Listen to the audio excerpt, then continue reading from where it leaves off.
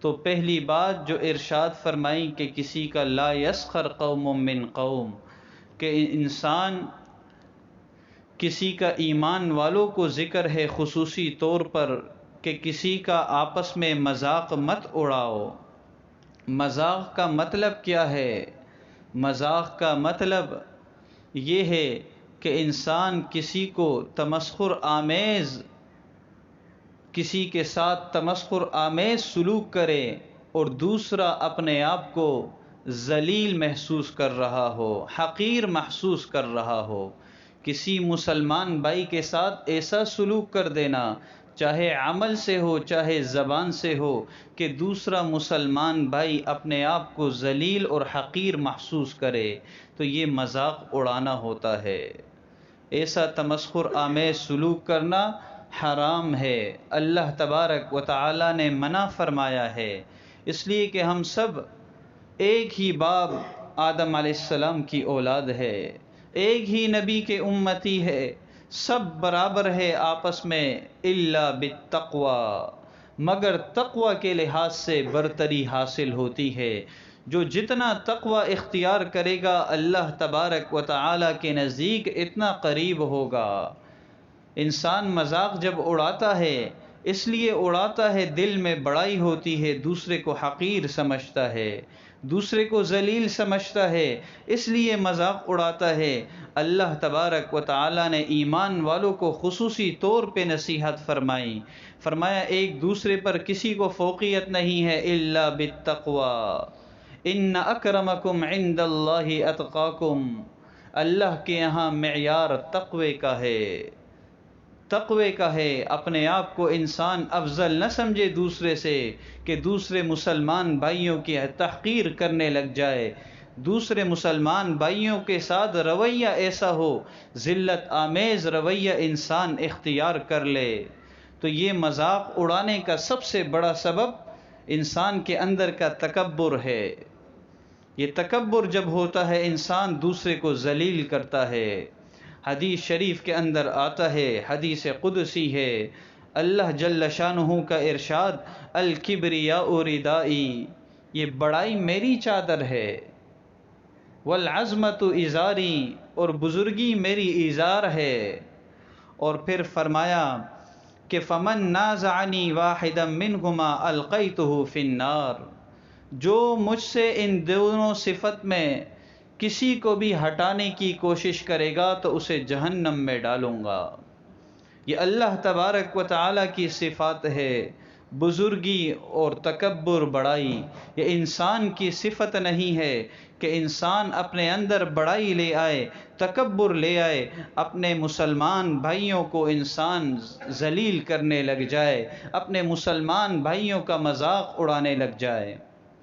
اور دوسرا سبب انسان جب کسی مسلمان بھائی کا مذاق اڑاتا ہے، پہلا سبب تکبر ہے، دوسرا سبب انسان دوسرے کو حقیر سمجھتا ہے، دوسرے کو اپنے آپ سے کمتر سمجھتا ہے، اس لیے اس کا مذاق اڑاتا ہے۔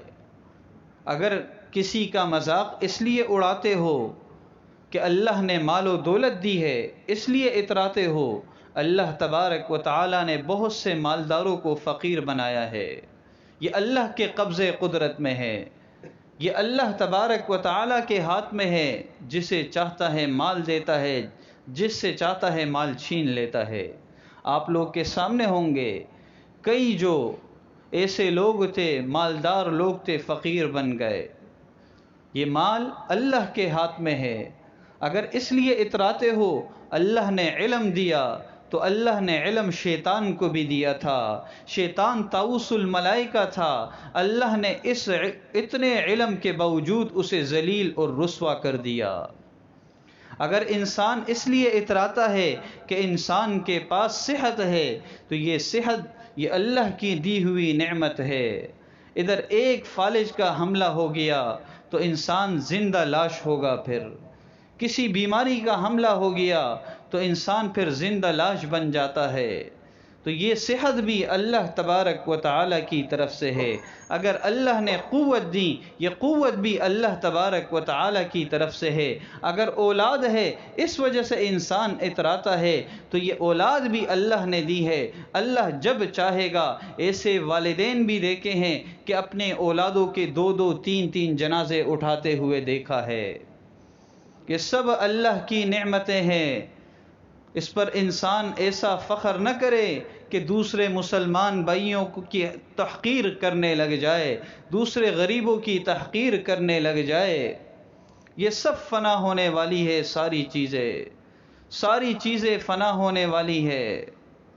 انسان غریبوں کے ساتھ، اپنے ماتحتوں کے ساتھ اچھا سلوک کرے، ہتک آمیز رویہ اختیار نہ کرے۔ آپ علیہ الصلاۃ والسلام جب دنیا سے جا رہے تھے، یہی وصیت فرمائی، الصلاۃ وما ملکت ایمانکم، کہ نمازوں کا خیال رکھنا، اپنے ماتحتوں کا خیال رکھنا، اپنے ماتحتوں کے بارے میں اللہ سے ڈرتے رہنا۔ ایک حدیث شریف کے اندر آتا ہے کہ غریب لوگ قیامت کے دن امیروں سے 70 سال پہلے جنت میں جائیں گے، 70 سال پہلے جائیں گے، اس لیے کہ امیر اپنے مال و دولت کا حساب کتاب لیا جائے گا ان سے، اور امیر لوگ 70 سال پہلے اللہ تبارک و تعالی انہیں جنت میں داخل فرمائیں گے۔ اور ایک روایت کے اندر یہ بھی ارشاد فرمایا کہ بہت سے لوگ ایسے ہوتے ہیں جن کے بال پراگندہ حال ہوتے ہیں، چہرے غبار آلود ہوتے ہیں، لیکن اللہ تبارک و تعالیٰ کے ہاں اتنے مقرب ہوتے ہیں، اگر وہ کسی بات پر قسم کھا لے اللہ پر بھروسہ کر کے، تو اللہ تبارک و تعالیٰ وہ کام کر دیتے ہیں۔ مثلا اگر قسم کھا لے وہ اس بات پر اللہ تبارک و تعالیٰ پر بھروسہ کر کے بارش ہوگی، تو اللہ تبارک و تعالیٰ بارش برسائیں گے۔ یعنی یہ لوگ اتنے اللہ تبارک و تعالیٰ کے قریب ہوتے ہیں۔ تو اس لیے فرمایا انسان کسی کو حقیر نہ سمجھے، انسان کسی کا مذاق نہ اڑائے، شریعت کے اندر ناپسندیدہ عمل ہے۔ انسان اگر گناہ کرتے ہوئے کسی کو دیکھ لے تو گناہگار انسان گناہ کو حقارت کی نگاہ سے دیکھے، مگر گناہگار کو حقارت کی نگاہ سے نہ دیکھے۔ ہو سکتا ہے یہ گناہگار شخص، یہ عاصی شخص اس گناہ سے توبہ کر لے گا، اللہ تبارک و تعالی اسے معاف کر دیں گے۔ گناہ سے انسان نفرت کرے، گناہگار سے نفرت نہ کرے، گناہگار سے انسان نفرت نہ کرے، گناہ سے نفرت کرے، انسان گناہوں سے اپنے آپ کو بچائے۔ اور پھر بعد مذاق ایسا ہوتا ہے کہ انسان آپس میں بے تکلفی دوستوں میں ہوتی ہے، آیا یہ بھی اس مذاق میں شامل ہے یا نہیں؟ جو رب کریم نے فرمایا لا یسخر قوم من قوم۔ بعض اوقات اگر دوست احباب کی مجلس ہوتی ہے، اس میں انسان بے تکلفی کرتا ہے، آپس میں مذاق کرتا ہے، وہ مذاق بعض اوقات ایسا ہوتا ہے کہ دوسرے دوست کا دل نہیں دکھتا، بلکہ وہ خوش طبعی کے لیے ہوتا ہے، اور شریعت کے اندر اسے مزاح کہا جاتا ہے۔ تو ایسا مزاح کرنا یہ جائز ہے، شریعت مزاح سے منع نہیں کرتا، لیکن ایسا مذاق کہ جس سے دوسرے کو انسان ذلیل کر دے، دوسرا اپنے آپ کو کمتر سمجھنے لگے، یہ شریعت کے اندر حرام ہے۔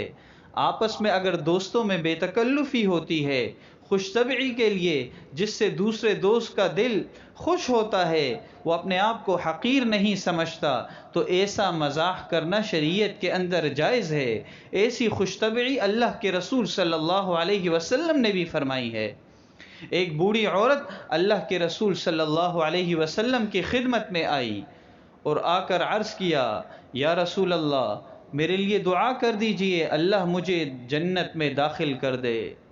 تو اللہ کے رسول صلی اللہ علیہ وسلم نے فرمایا بوڑھی عورت جنت میں داخل نہیں ہوگی۔ تو وہ عورت رونے لگی۔ اللہ کے رسول صلی اللہ علیہ وسلم نے فرمایا کہ بوڑھی عورت جنت میں داخل نہیں ہوگی بلکہ جوان ہو کر داخل ہوگی۔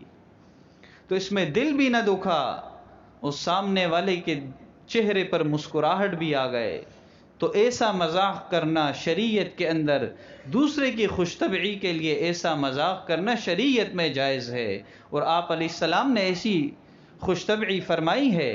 ایک صحابی آئے اللہ کے رسول صلی اللہ علیہ وسلم کی خدمت میں اور آ کر عرض کیا، یا رسول اللہ میرے پاس سواری نہیں ہے، مجھے اونٹ چاہیے۔ آپ علیہ السلام نے فرمایا اونٹ کا بچہ لے جاؤ۔ تو وہ کہنے لگا، یا رسول اللہ میں اونٹنی کے بچے کا کیا کروں گا، مجھے تو سواری کے لیے اونٹ چاہیے۔ تو آپ علیہ السلام نے فرمایا وہ اونٹنی ہی کا بچہ ہے۔ تو خوش طبعی آپ علیہ السلام نے اس طرح فرمائی ہے۔ ایک صحابی کے بارے میں آتا ہے، زاہد نام تھا ان کا، سیاہ فام صحابی تھے، وہ دیہاتوں میں رہتے تھے۔ اللہ کے رسول صلی اللہ علیہ وسلم کی خدمت میں جب بھی آتے تو آپ علیہ السلام ان کے ساتھ خوش طبعی فرمایا کرتے تھے۔ تو ایک مرتبہ اللہ کے رسول صلی اللہ علیہ وسلم بازار میں تشریف لے جا رہے تھے تو دیکھا زاہد کھڑا ہوا ہے، اور ان کی پیٹھ آپ علیہ السلام کی طرف تھی۔ آپ علیہ السلام نے اپنے دست مبارک ان کے آنکھوں پر رکھے اور اعلان کرنے لگے کہ یہ غلام مجھ سے کون خریدے گا؟ تو وہ شروع میں گھبرا گیا، پھر سوچنے لگا یہ تو اللہ کے رسول صلی اللہ علیہ وسلم کی آواز ہے۔ تو وہ دل و دل میں اپنے آپ کو اور حضور سے ملانے لگا، اپنا جسم، کہ میرا جسم حضور سے اور ملے۔ اور پھر یہ غلام زاہد پھر اعلان کرنے لگے، یا رسول اللہ مجھے کوئی بھی نہیں خریدے گا، میرا خریدار آپ کو کوئی نہیں ملے گا۔ تو آپ علیہ السلام نے پھر ارشاد فرمایا کہ اے زاہد، آپ کو کیوں نہیں خریدے گا، آپ کا خریدار کیوں نہیں ہے؟ لیکن عند اللہ لست بکاسد، آپ ایسے بیکار نہیں ہے، آپ اللہ کے یہاں آپ کی قدر و منزلت ہے۔ آپ اپنے آپ کو بیکار نہ سمجھے، اللہ کے یہاں آپ کی قدر و منزلت ہے۔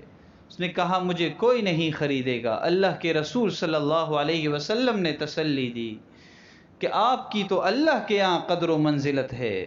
تو انسان جس کو حقیر سمجھتا ہے، معلوم نہیں اللہ کے یہاں وہ کتنا مقبول ہو، معلوم نہیں وہ اللہ کے یہاں کتنا قریب ہو۔ تو انسان ایسا مذاق کرنا کہ جس سے دوسرے کی خوش طبعی ہو، ایسا مذاق کرنا جائز ہے، ایسا مذاق کرنا حرام ہے جس سے دوسرا شخص اپنی ذلت محسوس کرے، اپنے آپ کو حقیر سمجھنے لگے، اور پھر